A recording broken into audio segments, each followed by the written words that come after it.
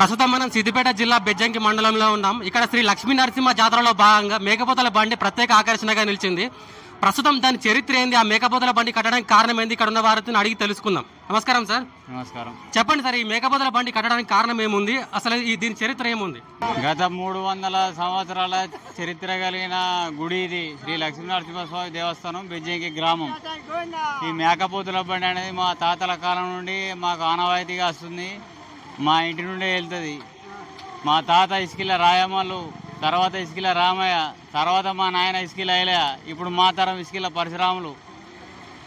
4 తరాలుగా ఇప్పటికీ మేము చూస్తున్నాం. దాదాపు 100 ఏళ్ల చరిత్ర కలిగిన మేము కడుతూనే ఉన్నాం.